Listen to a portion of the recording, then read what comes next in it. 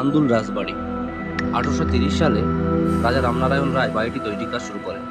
কাজ চলে 1834 পর্যন্ত। পেল্লায় এই প্রাসাদের সর্বাঙ্গে এখন জীর্ণতার ছাপ। বাড়ির সামনে কেবল মাঝের অংশে গোটা 12 স্তম্ভ, এক একটি প্রায় 60 ফুট উঁচু। এটিকে বলে নাচঘর। এই অংশের ভিতরে এককালে ছিল 20টি পাহাড়িয়া স্তম্ভ।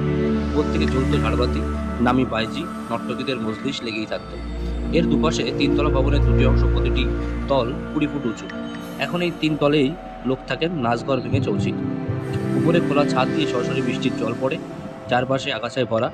সামনে রয়েছে প্রায় 3 বিঘা আয়তনের খোলা মাঠ, কিন্তু সেখানের অধিকারে যেন থাওয়া বসিয়েছে অন্যরা।